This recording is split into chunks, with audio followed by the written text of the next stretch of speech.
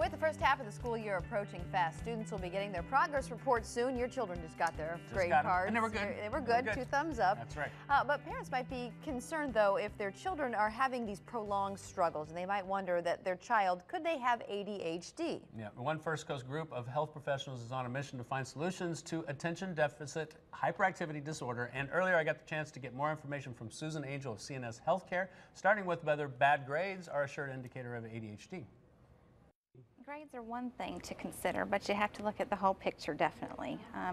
You may see a variation in grades, a decline in their performance, accompanied with behavior disruptions in the classroom and at home. It's not something that can just be one place. They have to have it both at home and at school. So how can a parent tell if they think that their child might have ADHD? Okay, outside of the grades, that type of performance, you'll also notice the kids will be restless or fidgety. Some may be hyperactive.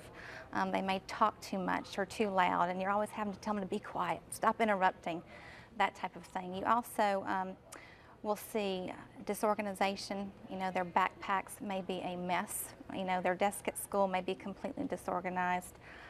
They forget, need frequent redirection. That's my kids all the time. I'm constantly reminding them, brush your teeth, we just did this yesterday. We do this every day. Well, you definitely feel like a broken record saying things, and it becomes very frustrating for the parent with these kids because they feel like they're just not getting the response they need. So how do we depict then? What are the most common signs? Like I said, my kids show, that's just normal kids being kids, a lot of that, but what are the common signs that we should look for to determine if that is the case? Well, obviously the grades, and then secondarily you look at the restlessness, the hyperactivity. Some of these kids may be very impulsive and make poor decisions.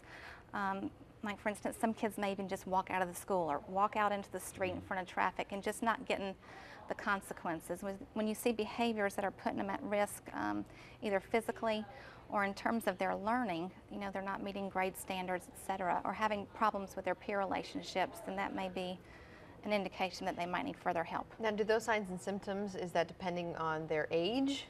Well, there's certainly some things you see more common in the little bitties. They may be very hyper, maybe, just going like they're driven by a motor. And in adolescence, you may not necessarily see that as much, but you still see the inattentive symptoms, poor impulse control. There's an increase in risk-taking behaviors, maybe drugs, alcohol. They may be aggressive.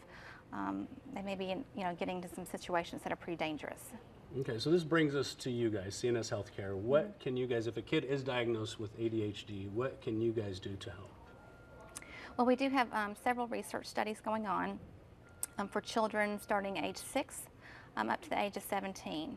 And the good thing about these studies is that the medications that are being utilized are things that are already on the market, branded products that are very familiar to most people. So they've been through the safety studies. We know that they have efficacy. So it's just a matter of seeing if a research study is a good fit for you. Now, the CNS Healthcare has helped find new treatments for ADHD. Do you know some of those and how they've been able to help? Oh, certainly. People? Some of these names will be very familiar. We've worked on compounds such as Intuniv, which is out on the market, Vyvanse, Strattera, Concerta, very commonly prescribed treatments for ADHD, and we continue to do the work on those.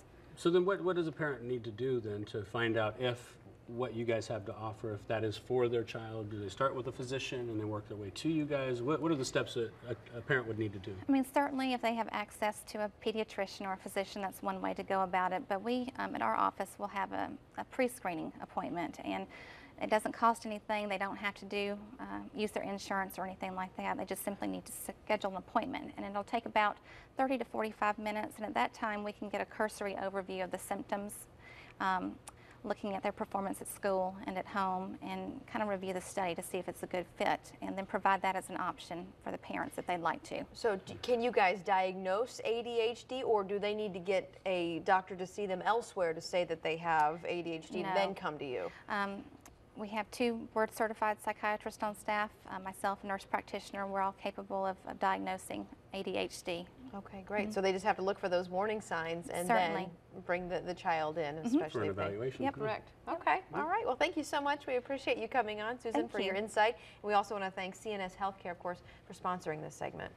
Now remember, with CNS Healthcare, all of their services are free. No referral is needed. Diagnostic services are available with no cost or obligation, and you don't have to have health insurance coverage. To find out more about how you can get your child involved in an ADHD study, simply call 904-281-5757 or log on to their website, cnshealthcare.com.